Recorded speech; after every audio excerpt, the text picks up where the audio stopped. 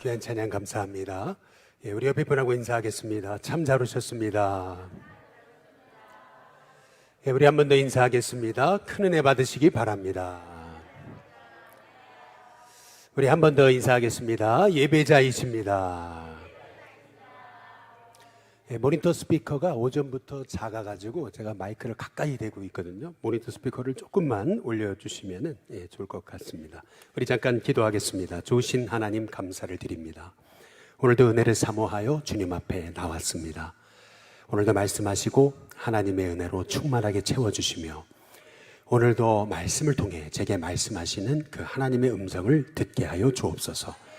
부족한 종을 통하여서 말씀이 흘러가게 하시고 부족한 종을 통하여서 하나님의 말씀만이 선포되는 은혜가 있도록 축복해 주옵소서.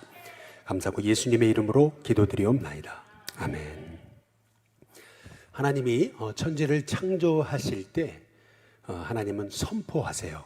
빛이 있으라 하시니 빛이 있었고, 그리고 하나님이 창조하신 이 자연을 보시면서 하나님은 감탄하십니다. 보시기에 좋았더라. 그런데 인간이 죄를 범할 때는 하나님께서 질문하세요. 아담아 내가 어디 있느냐? 이게 첫 번째 질문이죠. 두 번째 질문은 내 아우 아벨이 어디 있느냐? 실은요, 질문하는 것을 보면은 그 사람의 마음을 알 수 있습니다. 예를 들면 한참 강의 중인데 밥은 뭐 먹죠? 이렇게 물어본다면 이 사람이 지금 배고픈 거죠. 그 사람이 어떤 질문을 하느냐에 따라서 그 사람에게 어떤 생각을 갖고 있느냐를 이제 알 수가 있습니다. 예를 들면 뭐 설교가 길어져요. 그러면 설교 언제 끝나요? 그러면 이 사람의 관심은 설교가 지루하다, 빨리 끝났으면 좋겠다, 이제 이런 얘기잖아요. 그 사람이 어떤 질문을 하느냐라고 하는 것이 바로 그 사람의 이제 마음입니다. 제가 미국에서 섬겼던 워싱턴 감리교회에 우리 담임 목사님의 사모님은 UMC 목사님이시자 또 신학교 부총장님이셨어요. 미국에는 10개 감리교 신학교가 있는데 그 10개 감리교 신학교 중에서 유일하게 한국인 부총장님이셨습니다. 뭐 여러분 미국에 대해 잘 아시겠지만은 한국에서 미국 가신 분들 중에 주류 사회까지 올라가는 사람 많지 않아요. 이 주류 사회까지 올라간다는 게 쉬운 일이 아닙니다. 굉장히 차별이 심합니다. 미국 사회가 그냥 평등한 것 같아도 이렇게 아시안 계열한테 굉장히 차별이 있어요. 보이지 않는 차별이 있어요. 그런데 그럼에도 불구하고 그분이 메인 신학교, 감리교 신학교에서 부총장님을 역임하고 있는데 그 학교에서 영향력이 엄청난 거예요. 제가 다녔던 웨슬리 신학교 부총장님이셨는데 그 영향력이 엄청났습니다. 모니터 조금 낮춰도 돼요. 영향력이 엄청났는데요. 그런데 이제 그분하고 대화를 하면서 제가 이제 느낀 게 있어요. 이제 사모님이시니까 이제 가까이 지냈잖아요. 근데 제가 느낀 것이 있는데 이제 그것이 뭐냐면 이분은 항상 어떤 얘기를 할 때 자기가 하고 싶은 얘기에 대해서 이러쿵저러쿵 설교하는 게 아니고요. 하고 싶은 얘기가 있으면은 항상 질문을 던지세요. 말을 많이 하시는 게 아니고 질문을 던져요. 핵심적인 질문들. 그래가지고 저 스스로 모든 걸 얘기하게 만들어버립니다. 근데 제가 그때 느낀 게 있어요. 야, 이분이 정말 고수구나. 이분이 이렇게 미국인 사회에서 주류 사회까지 올라가가지고 그래서 정말 성공한 이유가 있구나. 수많은 목회자 중에서 실은 가장 성공한 케이스거든요. 여자분이 그것도. 이분이 성공한 이유를 알겠더라고요. 근데 항상 어떤 대화를 할 때 이렇게 질문을 던지시는데 이 질문이 너무 핵심적인 거예요. 제가 실은 웨슬리 신학교를 다녔고 그분이 웨슬리 신학교의 부총장님이시잖아요. 제가 모시고 있는 분. 그런데 제가 박사학위는 웨슬리에서 안 하고 에즈버리에서 했거든요. 저도 고집이 대단하거든요. 근데 저를 불러놓고 얘기하시더라고요. 왜 웨슬리 안 가냐고. 웨슬리 가라고. 근데 안 가는 이유가 뭐냐 질문을 하시더라고요. 그래서 제가 그 이유를 대답을 했죠. 그랬더니 더 이상 얘기 안 하시더라고요. 그 사람이 말이에요. 질문을 던지는 걸 보면은 그러면은 그 사람을 알 수 있는 거예요. 하나님도 질문하세요. 인간이 죄를 지었을 때 하나님은 너 왜 죄 지었어? 그러시는 게 아니고 하나님은 질문을 던지시는 거예요. 그 두 가지 질문이 아담아 내가 어디 있냐, 그리고 내 아우 아벨이 어디 있냐. 여러분, 사실 이 질문 두 가지는 우리 인생을 결정하는 가장 중요한 성경의 최초에 나오는 두 가지 질문입니다. 여러분, 이 질문이 따로 떨어진 질문 같아도 이 질문은 사실 하나입니다. 하나예요. 어떤 점에서 하나냐면은 이 질문은 사실 예배에 관한 질문입니다. 마귀도 아담 하와를 넘어뜨릴 때 질문하거든요. 마귀도 교묘해요. 얼마나 그가 지혜로운지 몰라요. 그래서 그냥 단지 선악과 따먹어 그런 게 아니고요, 명령한 게 아니고요, 마귀도요 선악과 하나님 따먹지 말랬지 이렇게 묻는 게 아니고요, 만약 그렇게 물었다면은 여러분 하와가 그 선악과 안 따먹었을 거예요. 하나님 따먹지 말랬어 이제 이렇게 대답하면 끝나는 거잖아요. 그런데 마귀의 질문은 어떻냐면 하나님이 이 동산의 모든 실과를 먹지 말라고 하시더냐. 아니 동산 모든 실과 아니 먹을 수 있는데 선악과만 먹지 말라고 했다는 것이 머리에 떠오르잖아요. 그러면서 하와의 그 생각 속에 마귀가 질문을 던져가지고 하와의 생각 속에 하나님 왜 먹지 말라 그러셨지? 그러니까 하나님을 의심하게 만들고, 그 의심은 어디까지 가는 거냐면 하나님의 인격에 대한 의심까지 가는 거예요. 하나님 불공평하신 분이지, 하나님 부당하시다, 이렇게 그 질문 하나를 통해서 실은 마귀는 이 하와의 마음에 실은 하나님을 향한 의심의 불을 질러버린 거죠. 그런데 사실 이 질문을 한 목적이 있는 겁니다. 그 목적이 뭐냐면은 하나님의 인격을 신뢰하지 못하게 하는 거예요. 하나님의 인격, 하나님은 좋으신 분, 선하신 분, 그 하나님은 선하신 분이라고 하는 그 하나님의 인격을 흔들어 놓은 거예요. 그러니까 다시 말하면 이게 우리가 창세기 3장에서 아담과 하와가 마귀의 시험을 받아서 선악과 다 먹었다 이제 이렇게 단순하게 볼 게 아니고요, 실은 이것은 마귀가 이 아담과 하와를 넘어뜨리기 위해서 하나님의 인격에 대한 신뢰를 무너뜨리는 그 질문이 하나님이 너희더러 동산 모든 실과를 먹지 말라 하시더냐. 근데 이 질문 안에 담겨 있는 거예요. 그러니까 하와가 그 말에 딱 넘어가 가지고 아니 모든 동산 실과는 먹을 수 있지만 선악과는 먹지도 말고 만지지도 말라. 하나님 만지지 말라는 얘기 안 하셨거든요. 그리고 죽을까 하노라 라고, 하나님은 죽는다 그러셨는데 죽을까 하노라 라고 하면서 하나님의 말씀조차 의심하게 만드는 것이 그게 마귀의 전략이었던 거죠. 실은요, 마귀가 노린 것은 뭐냐 하면은 이 선악과를 따먹게 만들면서 의심의 질문을 넣었던 목적은 뭐냐 하면은 실은 하나님과 인간과의 관계를 무너뜨리는 거예요. 관계. 하나님을 의심하게 만들어, 하나님 부당하게 만들어요. 하나님 선하시지 않는 거로 의심하게 만들어요. 그러면서 결국 마귀가 노린 것은 뭐냐면 하나님과 인간과의 관계인 거예요. 관계. 하나님과의 관계가 의심이 되고 하나님이 부당하다고 여겨지니까 어떻게 되냐면 하나님과 멀어지는 거거든요. 다시 말해서 하나님 사랑, 이것이 율법 계명의 가장 첫 번째거든요. 근데 하나님 사랑에 관한 그 마음을 사실은 흔들어 놓는 겁니다. 그래서 여러분, 사실은 이 선악과를 따먹었을 때 하나님께서 아담에게 아담아 내가 어디 있느냐, 여러분 이 질문은 관계에 대한 질문이에요. 그래서 한번 따라해 보겠습니다. 예배는 관계다. 예배는 관계다 라고 하는 사실을 여러분 우리가 잊지 말아야 되는 거죠. 관계를 무너뜨리는 거예요. 관계. 여러분, 그래서 실은 내 아우 아벨이 어디 있느냐, 이것도 사실은 관계거든요.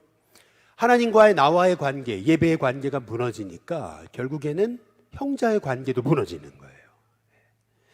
그러니까 결국에는 하나님 사랑이 회복돼야 내가 형제의 사랑도 회복되는 거예요. 그래서 이 두 가지 질문, 이 두 가지 질문은 사실 하나인 거예요. 하나인데 그게 뭐냐면 그 핵심에는 예배가 있는 거예요. 그 다시 말해 하나님 사랑이 회복되면 그러면 이웃과의 사랑과 관계도 회복되는 거예요. 하나님과의 은혜가 회복되면은요 내 주변 사람과 관계도 좋아져요. 사실은요 예배 회복이 그래서 내 인생 회복이 되는 거예요. 그래서 하나님께서는 이 아담과 하와가 범죄했을 때 내가 어디 있느냐. 여러분 사람은 기도하는 자리에 있어야 기도하는 거고요. 예배 드리는 자리에 있어야 예배 드리는 거고요. 사람은 죄 짓는 자리에 있으면 죄를 짓게 돼 있습니다. 어디에 있는가 이게 굉장히 중요한 거거든요. 이 어디에 있는가라고 하는 이 질문은 단순히 장소에 대한 질문만은 아니에요. 네가 정말 날 사랑하느냐 이런 질문인 거거든요. 왜 예배 회복이 인생 회복이라고 말씀을 드리는 거냐면 하나님과의 관계가 회복되고 그러면요 내 이웃과의 관계 그것도 다 회복되는 거예요. 사실은요 이 하나님이 가인에게 던지신 질문 내 아우 아벨이 어디 있느냐. 여러분 이 질문도요 이것도 예배와 관계된 거거든요. 가인이 예배에 실패해요. 예배를 실패하니까 어떻게 되냐면은 그가 안색이 변하여 그랬거든요. 다시 말하면 우리가 예배에 성공하면은요 우리가 우리의 삶의 자리에서 감사하고 기쁘고 예배에 성공하게 되면 사실은요 누가 나에게 잘못해도 용서하게 되고 축복하게 되고 그리고 예배에 성공하고 은혜가 넘치면 자꾸 나눠주고 싶은 거예요. 그런데 예배에 실패하기 시작하면 가인의 현상이 나타나는 거예요. 예배에 실패하게 되면요 원망하게 되고 탓하게 되고 사람이 미워지고 시기하게 되고 자기 걸 못 나눠요. 그러니까 무슨 말이냐면 여러분이 예배 드리고 나서 자꾸 분노가 일어난다. 여러분 그러면 예배 실패한 거예요. 예배 드리고도 누가 자꾸 밉다. 그러면 여러분 예배 실패한 거예요. 예배에 성공한 자체가 하나님과의 관계가 회복되면은요 우리 이웃과의 관계도 회복되게 되는 거예요. 그래서 하나님이 이 두 가지 질문 아담아 내가 어디 있느냐. 여러분 이 질문은 내 아우 아벨이 어디 있느냐. 여러분 이게 한 쌍인 거예요. 이게 십자가인 거예요. 내 아담이 어디 있느냐. 이거 하나님과의 관계에 대한 하나님 사랑에 대한 질문이고 내 아우 아벨이 어디 있느냐. 이것은 이웃 사랑에 대한 질문이거든요. 그러니까 이게 뭐예요? 이게 십자가인 거예요. 이게 십자가고 사실은 예배란 뭐냐 하면은 하나님 사랑, 이웃 사랑인 거예요. 이 율법 안에 모든 하나님의 계명이 다 이루어진 거예요. 여러분 이게 예수님이 주신 말씀입니다. 계명 중에 무엇이 가장 크니까 그때 하나님을 내 목숨을 다해 사랑하라. 그리고 둘째도 그와 같으니 그게 뭐냐면 내 이웃을 내 몸과 같이 사랑하라. 이 말씀하신 것에 온 선지자와 율법 모든 강령이 다 이루어졌다고 말씀하시는 거예요. 그러니까 다시 말하면 뭐냐면 신앙의 핵심은 뭐냐면 예배인데 그 예배란 뭐냐면 하나님 사랑, 이웃 사랑인 거예요. 우리가 예배 잘 드리고 아주 그냥 열정적으로 예배 드렸다고 그러지만 삶과의 관계에서 계속 트러블 메이커가 된다면 그 예배 성공한 거 아니에요. 예배 성공이란 뭐냐 하면은 하나님과의 사랑 그리고 이웃 사랑 이게 다 회복되는 것이 여러분 그게 진정한 예배의 성공인 거예요. 그래서 예배 성공이 우리 인생 성공이고 예배 성공하는 사람에게 하나님의 정말 한량없는 하나님의 복을 부어주시는 거예요. 그래서 아브라함을 잘 보시면은 롯이 자기밖에 모르거든요. 소돔과 고모라 택할 때도 롯은요 윗사람도 없어요. 자기가 소돔과 고모라 덥석 택하고요. 늘 그렇게 그 문제거리 인생을 살아가요. 그런데 신기한 거는 아브라함은 끊임없이 롯을 축복해요. 끊임없이 롯을 위해 기도해요. 여러분 이게 하나님 사랑, 이 이웃 사랑 이것이 아브라함의 삶 속에 이루어진 거예요. 그런 의미에서 아브라함이 예배 성공했다 그러는 거예요. 단순히 장막 옮겨가지고 제단 쌓았다 그러기 때문에 아브라함의 복을 주셨다 그것만을 의미하는 것이 아니고 여러분 진정한 예배자는 한번 따라해 보겠습니다. 하나님 사랑, 이웃 사랑. 여러분 이 두 가지가 우리의 삶에 이루어질 때 우리의 삶의 진정한 예배의 성공이 이루어지게 되는 거예요. 그래서 신앙의 중심엔 예배가 있고 예배 성공이 있고 예배 성공하는 사람에게 하나님 복을 주신다. 여러분, 그 의미가 바로 여기에 담겨져 있는 겁니다. 우리가 사실은 아담과 하와가 범죄하고 나서 이 에덴 동산에서 쫓겨나잖아요. 그리고 나서 그 아담과 하와 사이에 낳았던 가인과 아벨이 범죄했던 그 가인이 아벨을 죽인 이야기, 여러분 그 이야기가 성경에 부각되잖아요. 근데 여러분 잘 생각해 보세요. 가인이 얼마나 오래 살았습니까? 그런데도 성경은요, 가인이 한 잘못 중에서 가장 치명적인 잘못 하나, 그게 뭐예요? 여러분, 그게 바로 예배 실패에 관해서 얘기하고 있는 거예요. 성경이 말하고 있는 것은 뭐를 의미하는 거냐면요, 결국에는 인생은 다 예배에 달렸다는 거예요. 이 예배가 핵심이에요. 한번 따라해 보겠습니다.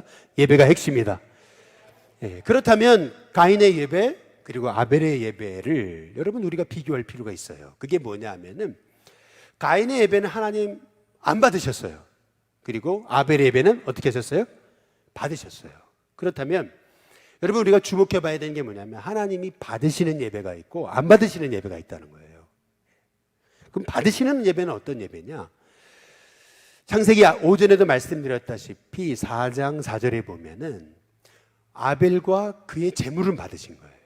그런데 4장 5절에 보면 가인과 그 제물은 안 받으신 거예요. 그러니까 다시 말하면은 하나님이 지금 아벨과 그의 제물은 받으셨는데 가인과 그의 제물은 안 받으셨단 말이에요. 그러면 이 두 예배는 차이점이 있는 거죠. 어떤 차이점이 있어요? 오전에도 말씀드렸다시피 아벨은 양의 첫 새끼를 드린 거예요. 항상 첫 것. 첫 것이라고 하는 것은요, 사실은 우리 인생 전부를 드리는 것과 같은 거예요. 옛날에 우리 큰아들 나면은 이 아들 하나님께 바칩니다. 그래가지고 서운하신 분들이 많았잖아요. 큰아들을 바친다는 건 뭘 의미하는 거냐면 둘째, 셋째, 넷째, 다섯째 다 바친다는 의미예요. 그러니까 다시 말하면 첫째를 바친다, 그러니까 첫째만 목회자로 드린다, 그런 의미가 아니고 첫째가 대표성을 띠는 거예요. 둘째, 셋째, 넷째는 안 바쳐도 첫째를 바친다라고 하는 것은 둘째, 셋째, 넷째 다 바쳤다는 의미거든요. 그러니까 다시 말하면 아벨에게 있어서 첫 것을 드렸다라고 하는 의미는 아벨에게 있어서 예배는 전부였어요. 예배가 가장 소중한 거였어요. 사실은 그의 예배는 자기 자신을 다 드리는 예배였다는 거죠. 그러나 반면에 가인은 아닌 거예요. 가인은 똑같이 하나님 앞에 제물을 드렸어요. 똑같이 예배 드렸어요. 그런데 우리는 보통 가인의 예배를 하나님 안 받으신 이유에 대해서 피의 제사를 안 드렸기 때문에 이렇게 얘기하지만 그건 여러분 사실은 잘못된 해석이에요. 왜냐하면 여러분 레위기 보세요. 소제 피가 있습니까? 그런데 그거 받으셨어요. 하나님이 소제 곡물로 드리는 제사잖아요. 하나님 받으셨어요. 그러니까 가인의 제사에 피가 없었기 때문에 안 받았다. 여러분 이거는 조금 성경적이지 않은 해석이 되는 거예요. 그렇다면 가인의 예배를 왜 안 받으셨을까? 그 핵심이 나와 있잖아요. 히브리서 11장 4절 말씀처럼 믿음으로 아벨은 예배를 드렸는데 그 예물에 대하여 증거한다. 예물을 보면 알다는 거잖아요. 그 예물이 어땠어요? 가인의 예배는 세월이 지난 후 그냥 땅의 소산을 삼아 하나님 앞에 제물을 드렸다고 말하는 거예요. 이 말의 의미가 뭐예요? 그냥 쓰고 남는 거, 그냥 그런 거 갖고 하나님 앞에 그냥 드렸다는 거예요. 이것이 의미하는 건 뭘 의미하는 거냐면 가인에게는 예배가 전부가 아니었어요. 어쩔 수 없이 그냥 드리는 짐이고 기쁨이 아니었어요. 하나님 받으시겠어요? 오늘 여러분이 이 자리에 나와서 예배 드리시지만은 여러분은 하나님이 받으시는 예배를 드리십니까? 여러분 하나님이 받으시는 예배 드리셔야 돼요. 하나님 받으시는 예배는 뭐냐면 나를 드리는 겁니다. 그래서 실은 뭐 찬양이 좋다고 하나님 받으시는 예배가 아닌 거예요. 설교가 좋다고 받으시는 예배가 아닌 거예요. 뭐 분위기가 좋아가지고 어떤 예배 자리에 가면 막 그냥 찬양 안 불러 눈물이 나잖아요. 여러분 그거를 꼭 받으셨다고만 얘기할 수는 없는 거예요. 하나님이 받으시는 예배는 뭐냐 하면 나를 드리는 겁니다. 나의 삶을, 내 인생을, 내 전부를 하나님 앞에 산 제물로 올려드리는 거예요. 나를 드리는 거예요. 그래서 여러분, 예배는 보는 게 아니고, 한번 따라해 보겠습니다. 예배는 드리는 것이다. 예배는 보는 게 아니고 예배는 드리는 거예요. 나를 드리는 거예요. 늘 여러분이 여러분의 삶의 자리에서 늘 예배자로 살아가시면은요, 이게 꼭 주일 예배만이 아니고 오후 예배만이 아니고 여러분의 삶의 자리에서 항상 나를 드리는 삶으로, 여러분 봉사하고 일하고 또 가족들과 휴가 가고 늘 이게 내 삶을 드리는 그 마음으로 여러분이 삶을 살아간다면 여러분 그 삶이 예배가 되는 거예요. 그래서 그 삶을 하나님 받으시는 거예요.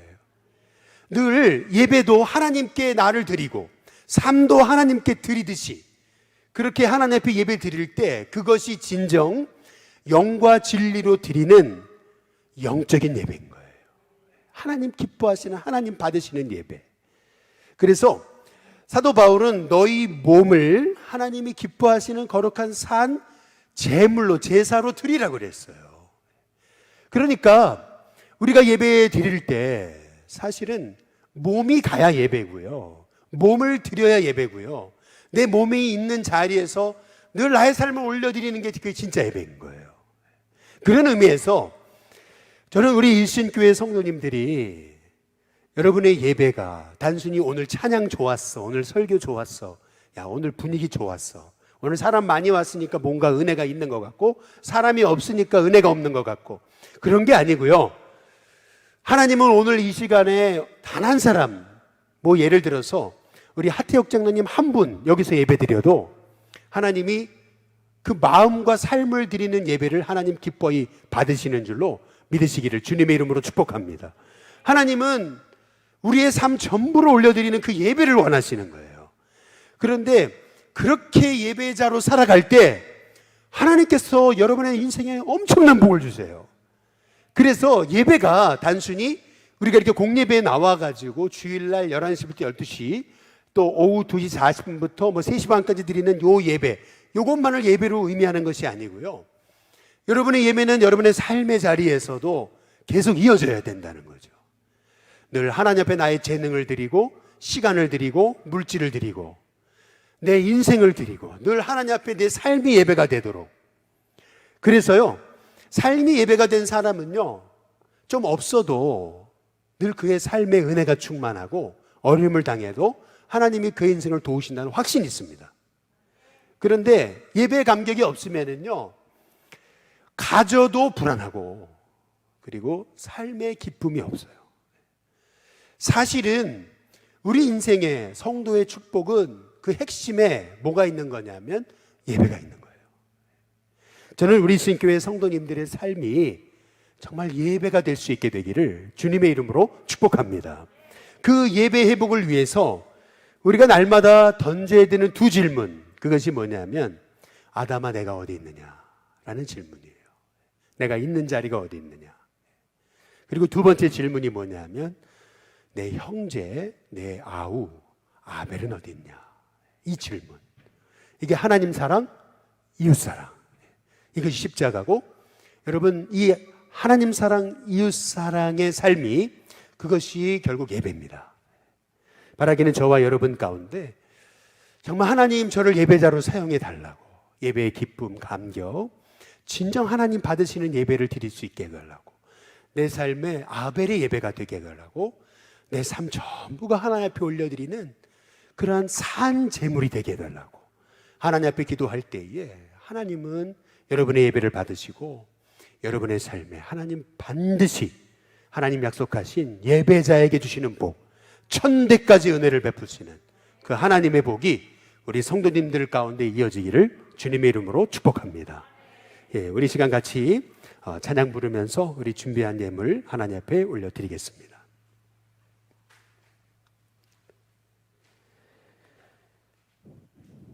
우리 나는 예배자입니다. 우리 함께 찬양했으면 좋겠습니다.